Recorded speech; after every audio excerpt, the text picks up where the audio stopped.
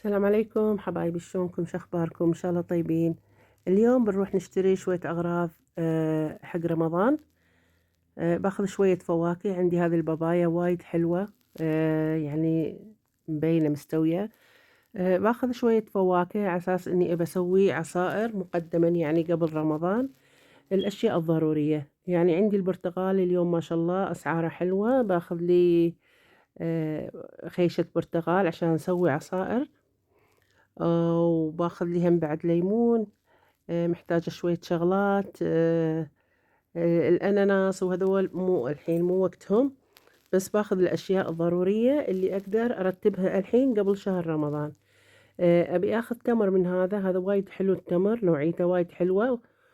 ساعات يجي يابس ساعات يجي طري، بس بنقي شغلات حلوة وأسويها. راح أخذ 2 بوكسز. محتاجة شوية نعناع ناشف، بس ما يتهيأ لي باخذ بالباوند أحلى. هني عندي التمر الهندي، هم بسوي عصير تمر هندي، بوريكم الطريقة إن شاء الله. نحضره قبل رمضان ونخليه بالفريزر أو بالثلاجة. المشروم بنات الأسمر وايد وايد أحلى من المشروم الأبيض، وفي طعم وايد حلو وجدا لذيذ بالشوربات، فراح أخذ منه. وبنفس الوقت راح أخذ تشيز سبينش أو سبانخ على أساس الفطاير، ما فطاير وطبخات ثانية. آه، الطماط اليوم شوية برايسي يعني عندي شوية طماط، فما أحتاج الخضروات هذه، ما راح أحتاجها الحين، راح أشتريها قريب رمضان. البقدونس والكزبرة كل هذول الخضروات اليوم عليهم سيل، 3 ربطات ب99 سنت which is good. الحمص هذا ضروري، طبعا ضروري. أنا من محبي الحمص هذا، يعني يدخل بكذا طبخة. ممكن نسوي القيمة، المسلوق، الفلافل. الدياي واللحم ما راح اشتري حاليا، راح اخليه قريب رمضان يعني قبل رمضان بيوم. ولاحظوا هني كل اللحوم والدجاج ذبح حلال، يعني كله حلال، فراح اخليه اجله شوي قبل رمضان بكم يوم راح اخذه. الحلو في السوق هذا في ذبايح كاملة، يعني هذه ذبايح نيوزيلندي. اتي يعني ذبيحة كاملة. آه، تقريبا قيمتها 200 إلى 220 دولار. بس هذه تو ماتش يعني. في ناس يعني ياخذونها، بس أنا بالنسبة لي ما أحتاجها يعني. وفي لحم مقطع حسب الطلب، في ستيك، في ريش. الحلو والمفاجأة بهالسوق إني لقيت لحم جمال أو إبل. يعني تخيلوا بأمريكا وفي لحم حاشي أو لحم بعير. يعني أنا أول مرة أشوفه صراحة، ما جربته من قبل وما أحب أجربه، يعني إنه أول مرة أشوفه أنا يعني. لاحظوا حتى العظمة، شوفوا عظمة الجمل، ما أدري شلون يطبخونها ياكلونها، والله ما عندي فكرة. لها ناسها ما أدري. هني يبيعون الأرانب، طبعا كله ذبح حلال، كله حلال. هني عصافير القطا أو السمان هم ذبح حلال، وشوية والله سعرهم غالي شوية. بس ما راح اخذ الحين. يبيعون بعد هني الحمام، حمام وايد وايد حلو، والحجم حجمه صغير يعني، مو في بعض الحمام يجي لونه اسود، فهذا وايد وايد حلو الحمام. البرجر الحلال بعد باخذ حق اليهال. آه، يعني حلو. الشيء الثاني اللي لقيته بالسوق هذا لحم الماعز او الصخول. يعني ما شاء الله متنوع كل انواع اللحوم. حتى هني باخذ بامية، أحب البامية هذا حجمه صغير شوية، باخذ كيسين، يعني مشتروات حلوة وخفيفة. هني سكشن البهارات والشاكلت والفواكه المجففة، راح أختار كم شغلة باخذ منهم يعني للضرورة if I need. وبنفس الوقت البهارات. هني لقيت نوع ثاني من الحمص هم بعد. راح أخذ منه تقريبا 2 إلى 3 باوند، لأني وايد وايد أحب الحمص حق المرق، حق البابا غنوج، الحمص، يعني ما يخفاكم هالشغلات هذه. وفي بعدهم كل أنواع الحبوب، يعني في السميد الخشن، في السميد الناعم. في هذا الماش. الماش هو نوع من أنواع العدس الأسمر، لونه أخضر. استعمله أنا دايما في حشوة السمبوسة وأسويه مع العيش مموش، وايد وايد لذيذ ومفيد جدا للصحة. العدس طبعا شيء ضروري. لقيت أنا نوعين من العدس، واحد لونه برتقالي حلو صافي ونظيف، والثاني لونه شوي مصفر، يعني أحس إنه مخلوط، فهذا عدس هندي. طبعا أجود أنواع العدس العدس الهندي، وهذا أعتقد إيراني، ما أدري شنو، ما عرفت شنو المصدر ماله، بس هذا هو الأحسن. بالنسبة للأجبان باخذ الجبن الكريمي، جبن كيري طبعا حلو، معنا دسم شوية بس حلو حق الخلية. وبالنسبة للي قاعدين في أمريكا عايشين بأمريكا بنات، هذا أحلى جبن. أول شيء الملوحة مالته خفيفة حيل، ونسبة الدهون والدسم اللي فيه خفيفة حيل، والشغلة الحلوة بعد إنه زيرو كوليسترول، يعني ما في كوليسترول، فصحي نوعا ما وحلو يعني للي يبي يشتري أجبان. بنفس الوقت لقيت هني المنقلة أو الدوة، فكرة حلوة والله جديدة، إن حاطين مروحة يدوية هني بالجنب أساس إن تهوي على الفحم لما نحط فحم، بدل ما نحرك ونهفف عليه. هذا مثل منفاخ يعني ينفخ، فحلوة. حتى سعرها كان حلو، سعرها $45، it's nothing يعني. هذه حلويات جيل الطيبين. من يذكر هذا الحمص الملبس، في ملون وفي سادة أبيض. صراحة باخذ منه، أنا باخذ باوند من هني وباوند من هني، حلو حق قروضات بعد الفطور. المطارات الشاي اللي هني شفتهم والله حلوين، بس not good quality. هذا عصير الورد، وهذه العنبة، عنبة عراقية هذه جدا لذيذة. أحتاج بهار بعد، وأحتاج الشعرية الباكستانية هذه حق الحلويات، حق الخشخش، يعني وايد وايد شغلات حلوة. هذه شعرية ملونة بعدها حق نوع من الحلويات، معكرونية ملونة. في عندهم كذا شغلة، حتى المواعين شفت عندهم شغلات very cute، يعني شوف الجدر هذا صغير حجمه وايد حلو.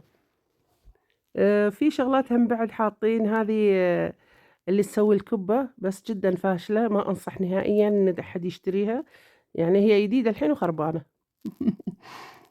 هني قسم الحلويات، بس ما اشتريت أنا الحلويات من هذول، بس يعني كان يعني شغلات وايد وايد متنوعة، وموفرين كل أنواع تقريبا الكيك والحلويات والمخبوزات، يعني سكشن جدا جدا حلو، ممكن ناخذ منه أفكار. هني حاطين حتى عينة القطايف، بس أنا ما أحبها، سويها بالبيت أحلى. هذا خبز أفغاني، بس يتميز بحجمه الكبير، يعني طول الشخص، يعني طوله تقريبا 1.5 متر. حلو جدا حلو، يعني كأنه خبز تنور. آه، خلصت جولتي بالمشتروات، وأخذت والله ما شاء الله شغلاتي اللي أحتاجها. فمريت على السكشن، عندهم سكشن عطور عربية وملطفات وبخور ما بخور، يعني هم كان حلو السكشن جدا حلو، تنقينا كم شغلة منه. وخليني أوريكم شنو عندهم بعد. هذه عطور ودهونات عربية، اللي هي دهن عود، دهن المسك، العنبر، الخلطات الحلوة هذه. وفي عندهم بعد هم عطور ثانية هم، يعني فرنسية، يعني تقليد فرنسية مو فرنسية، بس حلوة، يعني حلوة جدا حلوة، يعني حتى ديزايناتها حلوة. هني مباخر بعد عندهم، أبوي خربنا شغل الريال الحين يشتكي علينا. فهذه جولتنا اليوم بالجمعية، راح نروح البيت إن شاء الله وأوريكم شنو اشتريت، وراح أوريكم هم بعد ايش راح نسوي. فخليكم معاي لنهاية الفيديو إن شاء الله، وراح نشوف. أوريكم الحين اللي شريته. أنا أعتبرها أشياء الأساسيات، يعني طبعا مو كل شيء، بس هذه الأشياء الأساسية اللي دايما أو everyday نستخدمها في رمضان. يمكن انتوا في عندكم شغلات ثانية تسوونها، أو أكلات أو طبخات، بس أنا فورمية يعني الأساسيات اللي ضرورية دائما تكون متواجدة عندي برمضان. الشيء الرئيسي أول شيء في رمضان الكل اللي يعني يشترك فيه موافق عليه هو العدس. أنا وريتكم بالمشتروات، فشريت 3 كيلو عدس. طبعا العدس البرتقالي الهندي هو ذا بيست. شوربات، معدس، خبز، أي يعني العدس ضروري جدا في رمضان، شيء رئيسي يعني نمبر 1. الشيء الثاني اللي شريته الماش. هم وريتكم أنا لما كنت بالجمعية، وريتكم الماش، اشتريت 2 باوند أو تقريبا كيلو ماش من النوعية الحلوة الهندي. هذا نستخدمه حق المموش مع الرز مع العيش، حشوة السمبوسة. جدا جدا مفيد الماش. الشيء الثاني من الحبوب اللي اشتريتها اللي هي المعكرونية لسان العصفور. طبعا هذه الكل يوافقني على انها الشيء اساسي في شوربات العدس اللي نسويها. راح اوريكم ان شاء الله ليتر شلون اسوي خلطة العدس وتكون جاهزة عندي بالبانتري او بالمطبخ. لما اسوي الشوربة مثلا تكون المكونات او المحتويات جاهزة بكونتينر، بس اني اضيف العدس اغسله واضيفه. الشيء الثاني المهم اللي هو النعناع الناشف. النعناع الناشف خذيت منه باوند، كان سعره وايد حلو. طبعا هذا حق يسوونه حق شو يسمونها، روب وخيار مثلا، حق الشوربات، حق الفطاير، كل شيء يعني. النعناع الناشف يدخل فيه شغلات وايده. عندي بعدين اشتريت اللي هي المعكرونه، سوري الشعريه. هذه الشعريه ممكن نستخدمها مع الرز مع العيش. لما نسوي عيش بشعريه ممكن نضيفها لشوربات العدس، ممكن نسويها حلاوه، ممكن نسوي فيها شغلات وايد وايد. فاخذت تقريبا 4 اكياس، بس انا دائما احطهم كونتينرز عشان يعني تكون سهل علي اني استعملهم. البقسماط طبعا هذا ضروري، بقسماط حق الفلافل، حق الدياي، حق يعني وايد مأكولات تدخل. شغلات ثانية عندي شوربة الدياي. طبعا هذه الشوربة غير المكعبات. المكعبات جدا سيئة لأنها كلها دهون. هذه الشعرية الشوربة أغلبها شعرية وشغلات ناشفة يعني حلوة، يعني هي مو صحية بس إن ضررها أخف وايد من المكعبات. فالبوكس هذا اللي فيه 4 حبات. راح اوريكم بعدين شلون اخلطه مع مكونات العدس، الشعريه والعدس، واخليه جاهز حق الاستعمال في ايام رمضان. انا اخذت 2 باكسز لاني دائما استخدمه وايد، فاخذت 2 باكسز كل واحد فيه 4 حبات. المكون الثاني الرئيسي مع الشوربات اللي هو الاوتميل او الشوفان. انا دائما اخذ الاورجانيك 1. هذا اضيفه بعدين لشوربه العدس. راح اوريكم كل هالحكي بعدين لما اسوي الخلطه ان شاء الله. شنو بعد خذينا؟ عندي انا القهوه التركيه، طبعا دائما يحبونها عندنا بالبيت، يعني لك ضيوف ولا شيء او حق اهل البيت. دائما اذا تبين القهوه تطلع حلوه عندك بالذات، انا ما اعتمد على الماركه، في براندات ثانيه وايد حسب البراند اللي تحبونه، بس لا دائما تاخذون الميديوم واللايت اللي هي تحميص خفيف وتحميص دارك شويه، تخلطينهم مع بعض. وهي تي بالهيل يعني فيها نكهة الهيل، تخلطينهم مع بعض تعطيك أروع قهوة تركية. عندنا بعد اللومي الأسود. هذا أنا أسويه يعني مشروب رمضاني جدا جدا لذيذ.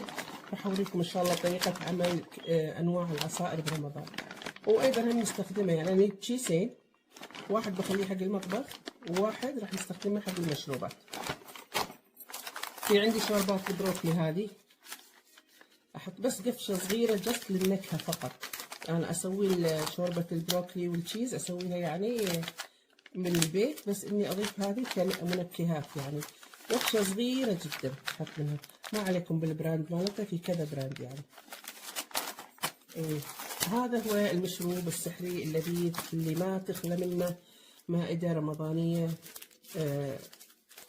عربيه. فأنيت 2 قمردين، طبعا مو 2، أنيت أكثر من 2، بس راح أوريكم طريقة عمل عصير القمردين شلون نفرزنه وشلون نسوي جاهز حق استعمال السريع.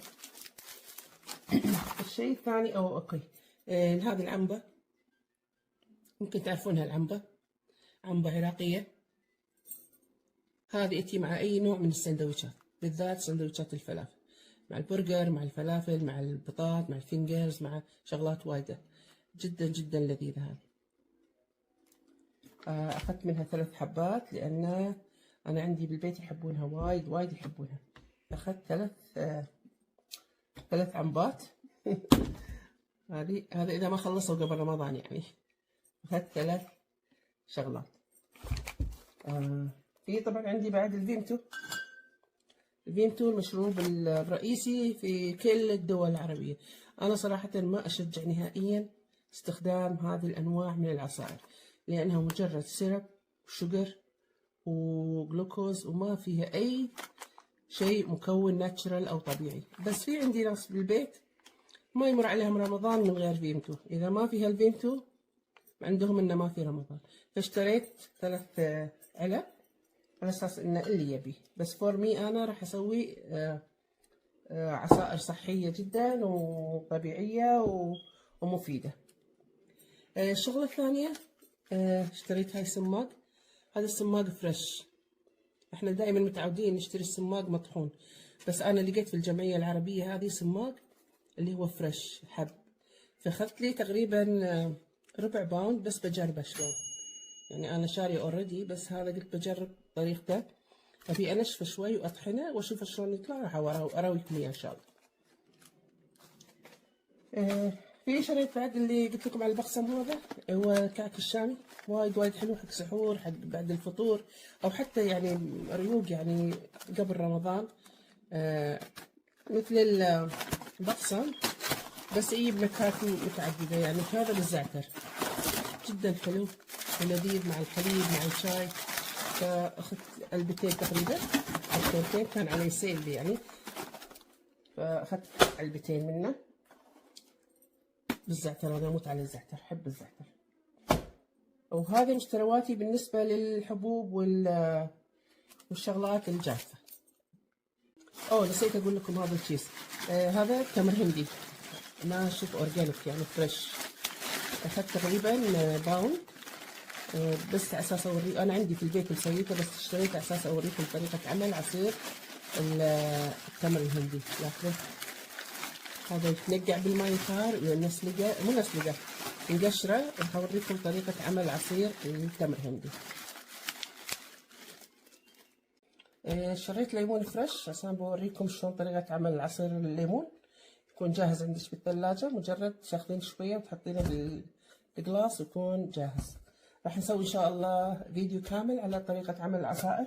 نفس الوقت البرتقال، عصير البرتقال راح اسوي تقريبا 6 أو 7 انواع برتقال فريش. سوري مو برتقال، عصائر فريش. وراح اوريكم الطريقه شلون نحفظهم لحد ما يخلص رمضان. فخليكم معي ان شاء الله. راح اوريكم بعد شغلات ثانيه اشتريتها. طبعا من زمان انا عندي كذا شغله، يمكن شفتوا بالفيديو اني انا قاعد ادور مطارات الشاي. فانا كل سنه اجدد مطارات جديده، ما احب يعني اخليه قدام، لان طول السنه استهلاك فشكلهم يعني يروح. فانا من عشاق مطارات الشاي. وبما ان انا كل الثيم عندي بالمطبخ يعني ماي كيتشن ثيم الازرق فاتح، البيبي كلر او التركويز، فاحرص اني دائما اسوي الثيم مالي ماتشنج everything. يعني في نوعيات ثانيه وايد، في الوان ثانيه وايد، بس انا عشقي اللون الازرق. يعني في جدا احب اللون هذا، واغلب بيتي اغلب ديكور مطبخي هذا اللون. اشتريت واحد، لقيت اللي مكتوب عليهم. دائما انا صعب احصل هالشغلات، بس ما شاء الله السوق هذا في كل شيء. هو بعيد شويه عن بيتي، يعني تقريبا 2 ساعة سواقه، بس عادي يعني حبيته وحبيت اروح اشتري شغلات منه. في كذا نوع وكذا ديزاين، بس مثل ما قلت لكم انا احب اللون التركويز هذا. شوف شلون حلو، فيري نايس. عندي انا الصينيه التركويز، ونوعيه جيده يعني صناعه صينية بس بجودة عالية. وشريت معاها نفس المحل. خليني اوريكم شويه.